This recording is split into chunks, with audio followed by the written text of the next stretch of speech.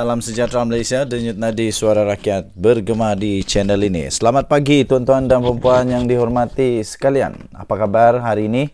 Selamat menyambut Tadau Tagaso Dekamatan untuk seluruh rakyat Sabah.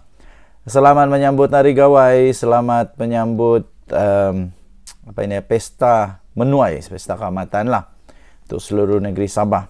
Kita gembira hari ini dapat kumpul dengan keluarga, makan bersama kah, minum bersama kah, apa-apalah dibuat. Tapi ucapan syukur kepada Tuhan Yang Esa. Okey, tuan-tuan dan puan-puan yang dihormati sekalian, UMNO sudah pun membuka pintu semula untuk para pemimpin-pemimpin lama dapatlah diberi peluang kedua untuk bersama semula dengan UMNO. Malangnya, malang sekali, nampaknya pemimpin-pemimpin UMNO yang sudah tawar hati, yang sudah dipecat, yang sudah digantung keahlian, semuanya seolah-olah tidak ada hati lagi lah untuk kembali kepada UMNO. Okey, jadi kalau begitu, orang-orang besar yang sudah dipecat ini, seperti Syahrir, seperti Khairi Jamaluddin, seperti Isam Jalil kah, pada pendapat saya, baguslah untuk mereka dapat menghidupkan semula karier politik mereka. Pada pendapat saya, Khairi Jamaluddin paling bagus masuk DAP. Khairi Jamaluddin pada pendapat saya masuk DAP terbaik untuk Khairi Jamaluddin. Janganlah resis sangat. Dalam DAP ramai juga orang Melayu, ramai juga orang Islam. Buktinya ada juga MP di DAP itu sebenarnya beragama Islam, bangsa Melayu. Jadi tidak payah kalau kita hilangkan perasaan sentimen sedikit resis dari fikiran kita. Saya fikir Khairi Jamaluddin paling sesuai di dalam DAP lah, ya, paling sesuai dalam DAP. Okey, kerana bagi saya Khairi Jamaluddin punya fikiran lebih sesuai di DAP. Kenapa ya? Sebab fikiran yang cukup educated punya pemikiran lah, pada hemat saya begitu. Bukanlah saya kata DAP ini educated, tidak juga ya. Memanglah semua ahli-ahli MP DAP ini memang semua educated betul. Semua bijak, semua yang kau lah semua dalam DAP. Jadi saya fikir Khairi Jamaluddin patut masuk DAP. Kalau dia tidak mau masuk DAP, masuk PKR. Ini dua saja yang saya rasa sesuai untuk Khairi Jamaluddin.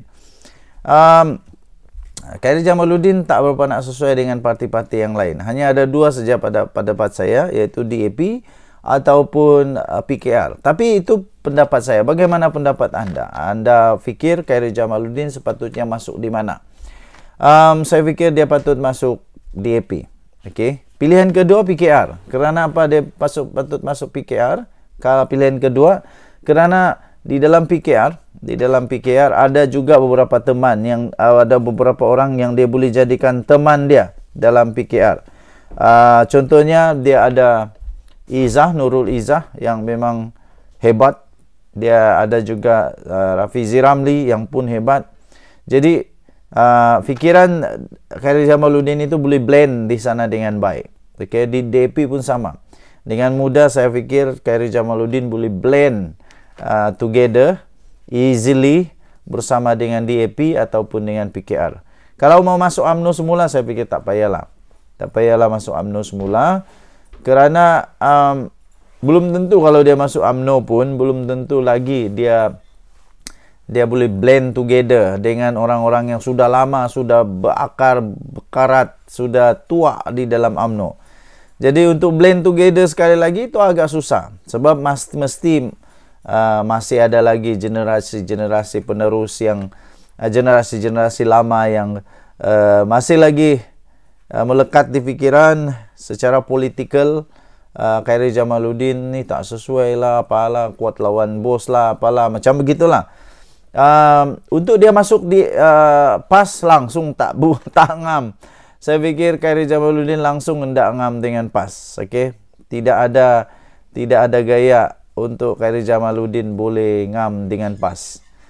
Untuk bersatu pun saya rasa Khairi Jamaluddin tidak ngam juga, tidak ngam. Amanah pun tidak ngam. Di mana lagi? Muda lagi lain dah ngam. Muda lagi ndak ngam. Dia bukan muda sekarang, dia sudah tua. Jadi tua tidak ngam masuk muda. Jadi satu-satunya yang saya nampak dia paling ngam adalah DAP ataupun PKR, itu saja. Tapi itu pendapat saya lah. Dan akhirnya pilihan Khairi Jamaluddin mau pilih mana, terpulang pada dia lah. Dia mau balik kepada UMNO, terpulang. Kalau dia siap sedia untuk menghadapi badai gelora, ombak gadang, bukit bukau, batu bata di dalam UMNO, dipersilakan. Tapi kalau dia mau buat satu kehidupan baru, satu pengalaman baru, satu percubaan baru untuk dia dapat meneruskan karier dalam politiknya, siapa tahu di dalam DAP. Lagi pula, dulu ada orang besar di dalam DAP, dia kata, ditanya soalan, kalau Khairi Jamaluddin mau masuk DAP, kenapa? Kenapa Khairi Jamaluddin perlu masuk DAP? Woi, jawaban dia mudah tau. Jawaban dia memang kau-kau punya, memang terbaik punya jawaban. Orang DAP itu jawab begini, kalau Khairi Jamaluddin masuk DAP, sebab Khairi Jamaluddin adalah calon Perdana Menteri untuk DAP. Wow, jadi Khairi Jamaluddin, saya fikir dia terbaik bersama dengan DAP sebab dia boleh jadi Perdana Menteri.